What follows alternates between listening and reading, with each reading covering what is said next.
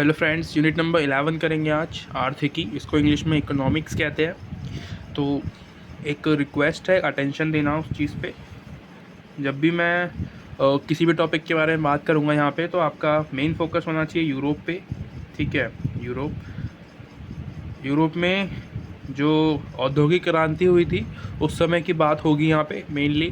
ठीक है, तो जो भी मैं बात करूँगा यहाँ पे, यानी कि जो टॉपिक्स है वो उसी के आसपास में रहेंगे। ठीक है,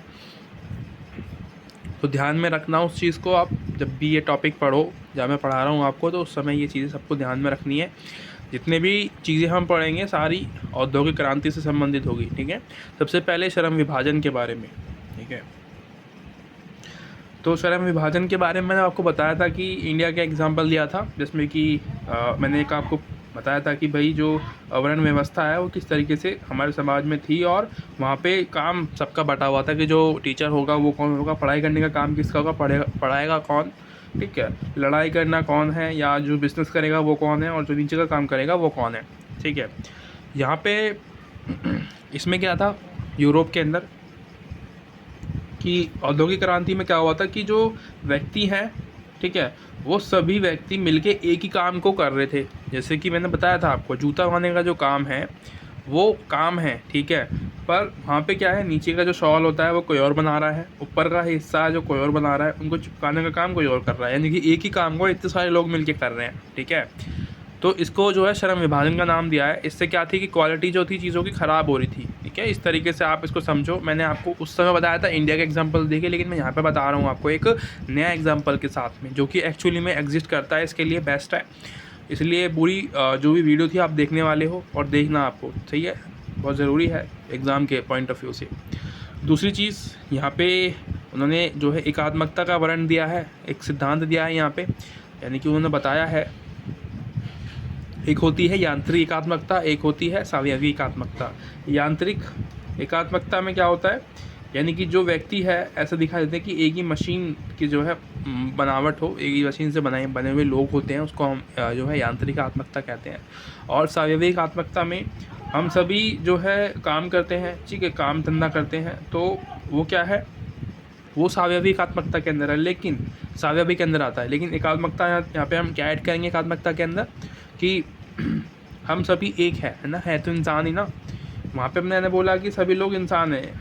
यांत्रिक एकात्मकता के अंदर सभी लोग जो है सेम शक्ल के होते हैं, मतलब लगभग इंसान जैसे दिखाई देते हैं। उनके जो है बॉडी स्ट्रक्चर सेम होता है, बस थोड़े से जो है मोटे हो सकते हैं, पतले हो सकते हैं, ऊंचे नीचे, और कलर में फ़र्क हो सकता है, राइट। यहाँ पे सावयवी में क्या होता है कि जब जो व्यक्ति होते हैं वो अलग अलग काम तो करते हैं, जैसे कि एक व्यक्ति डॉक्टर है, वो डॉक्टर ही कर रहा है, ठीक है, एक व्यक्ति जो है वकील है, लॉयर है, और एक है यानी कि कोई भी कर्मचारी। ठीक है तो सभी लोग काम करने वाले, लेकिन है तो सब एक ही ना। ठीक है, अलग अलग काम कर रहे हैं, लेकिन है इंसान ही। ठीक है, तो उसको हम सावयवी एकात्मकता के अंदर लेते हैं, राइट। यहाँ पे जो मेन फोकस था हमारा, यहाँ पे ये था श्रम विभाजन के असामान्य रूप के बारे में, है ना।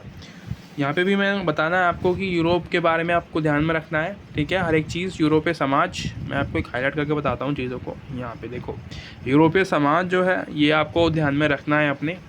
सबसे पहला टॉपिक जहाँ पे जो आ रहा है, दुर्खाइम ने बताया रखा है, वो है प्रतिमानहीनता। इसमें क्या है, जैसे कि कोई भी व्यक्ति, यानी कि मैं बता रहा हूँ श्रम विभाजन कैसे हो रहा था। ठीक है, अब मैंने बताया अभी आपको कि एक व्यक्ति जो है, मतलब कि बहुत सारे व्यक्ति मिलके एक काम कर रहे हैं, है ना, जूता बना रहे हैं, कि जूते को 3-4 लोग मिलके बना रहे हैं। अब कोई एक व्यक्ति उस पर जो है अपनी पूरी ताकत लगा के उस पर जो है फोकस करके काम करेगा, तो उसको कोई उसका अवार्ड नहीं मिलना। उसको कहते हैं प्रतिमानहीनता, यानी कि वो मेहनत तो कर रहा है पर उसको उसका अवार्ड नहीं मिल रहा है। ठीक है, अनोमी इसको कहते हैं इंग्लिश में। ठीक है, बाकी आप देख लेना। आगे देखते हैं, एक अगला टॉपिक आता है असामान्य या अनइक्वलिटी। इसमें क्या होता है, जो अवसर होते हैं जो व्यक्ति को दूसरे एम्प्लॉयज़ को मिलेंगे, जो बड़े एम्प्लॉयज़ होते हैं वो दूसरे एम्प्लॉयज़ जो छोटे एम्प्लॉयज़ होते हैं उनको नहीं मिलेंगे। ठीक है, बड़े एम्प्लॉयज़ को एक जो मतलब अवार्ड मिलेंगे, या उनको जो एक ट्रीट दिया जाएगा वो अलग तरीके से दिया जाएगा। पर यहाँ पे हम देखते हैं कि जो मज़दूर वर्ग है उनको ट्रीट अच्छे नहीं करते लोग, ठीक है। उनको जो है मतलब बात करने का तरीका उनसे अलग होता है।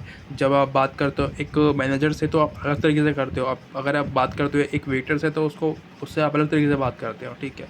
तो ये जो है इसको बोलते हैं असमानता, ठीक है, अनइक्वलिटी कहते हैं इसको इंग्लिश में। अगला आता है हमारा अपर्याप्त संगठन। अपर्याप्त संगठन से मतलब इसमें क्या होता है, जब संगठन जो है हम साथ मिलकर काम नहीं कर रहे हैं, राइट, क्योंकि हमें पता है जो हमें काम करना है वो ठीक नहीं है, मतलब हम जो कर रहे हैं उस काम में जो मिलना नहीं है कुछ, तो हम क्या करते हैं, हम एक ग्रुप की तरह काम नहीं करते। जैसे कि हम कहते हैं ना ग्रुप के अंदर काम करना, एक यानी कि एक ग्रुप के अंदर काम करके जो है काम अच्छा होता है। जैसे कि एंटरप्रेन्योर्स होते हैं जो है अच्छा, ठीक है, साथ में मिलके काम करने की मतलब के लिए वो जो है बोलते हैं एक दूसरे को कि हम लोग साथ में मिलकर काम करें। जैसे हम पढ़ाई करते हैं, स्टडी करते हैं, ठीक है। तो यहाँ पे क्या है, वो काम नहीं होगा। तो इससे क्या होगी, जो क्वालिटी होगी, जो प्रोडक्ट बनाए जाएंगे उसकी क्वालिटी घट जाएगी ऑटोमेटिकली। तो यहाँ पे ये भी होता है। और आगे ये रहा श्रम विभाजन पर मार्क्स वेबर के विचार। ये अगला टॉपिक आता है हमारा। वहाँ पे हमने बात की थी कि श्रम विभाजन के बारे में दुर्खाइम के विचार। यहाँ पे हम बात करेंगे कार्ल मार्क्स के, ठीक है। जो मार्क्स है वो श्रम विभाजन को दो तरीके से बांटते हैं, ठीक है। मैंने आपको हाईलाइट किया हुआ है। पहला होता है सामाजिक श्रम विभाजन, दूसरा होता है औद्योगिक श्रम विभाजन। आप इनके बारे में पढ़ोगे तो आपको पता चलेगा कि सामाजिक श्रम विभाजन को जो है मार्क्स क्या कह रहे हैं। जो हम पहले अगर हम देखते हैं कि जो हमारा जो आदान प्रदान था वो किस तरीके से होता था, क्योंकि उस समय करेंसी नहीं थी हमारे पास, सही है। करेंसी ना होने के कारण हमें क्या है कि अब देखो कोई जो मज़दूर है या जो कोई किसान है वो गेहूँ उगा रहा है, तो निखालस गेहूँ तो खाएगा नहीं, वो उसको दाल भी चाहिए, राइट। तो वो क्या करता था कि जिसके पास दाल है, गेहूँ दे के उससे दाल ले ली, ठीक है। तो इस तरीके से जो है ये होता था। आपको याद आया होगा बहुत, जो जब हम 6ठी-7वीं क्लास में थे, जब हमने पढ़ा था ये सब चीज़ें। अगला होता है औद्योगिक श्रम विभाजन। इसमें क्या होता है, पूंजीवाद का उदय हो जाता है यहाँ पे, ठीक है। आप इसको याद में रखना, पूंजीवाद का उदय होता है। तो ये क्या होता है, लाभ जो होता है वो पूंजीवाद के हिस्से में जाता है, ठीक है। जितनी भी मेहनत करेगा, ये हम पढ़ रहे हैं पहले से ही, ठीक है।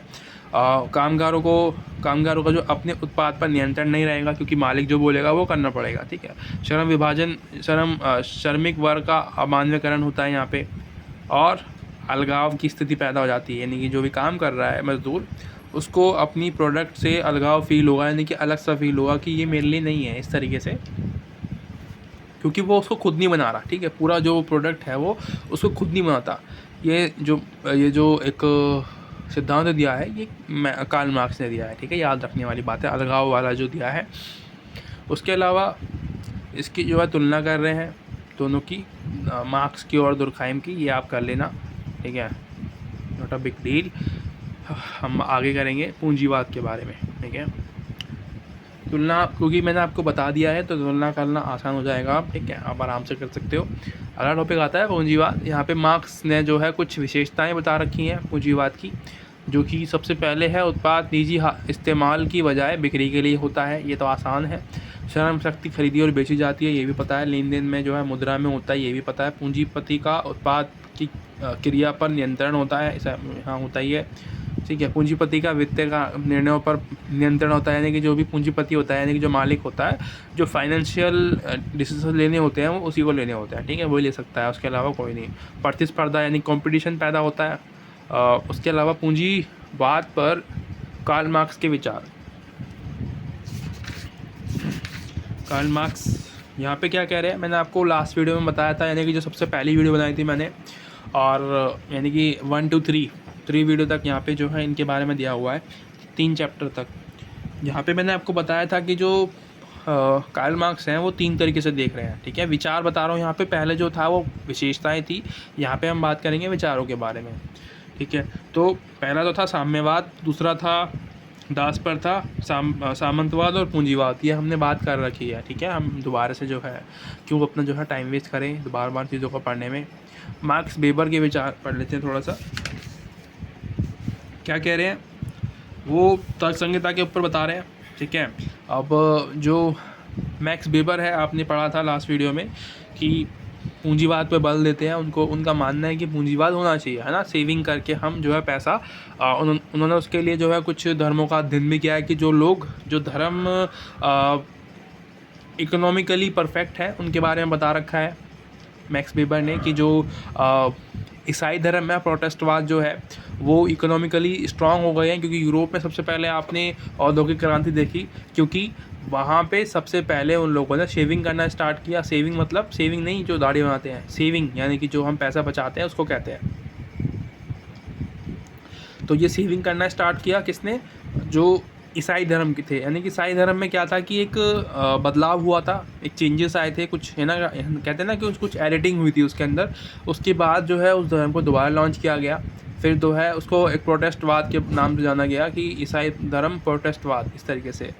और जब से जो है उनको जो है उनकी पूंजीवाद सबसे पहले उनके देश में लाया गया यूरोप में, फिर हमने जो है अपनाया उसको बाद में काफ़ी समय बाद, ठीक है।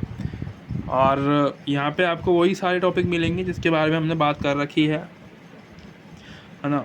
यानी कि वो बता रहे हैं कि जो पूंजीवाद अगर किसी को चाहिए किसी देश के अंदर तो हमें क्या क्या करना चाहिए। सबसे पहली चीज़ कि हमें एक तरीके से नॉलेज होनी चाहिए, ठीक है।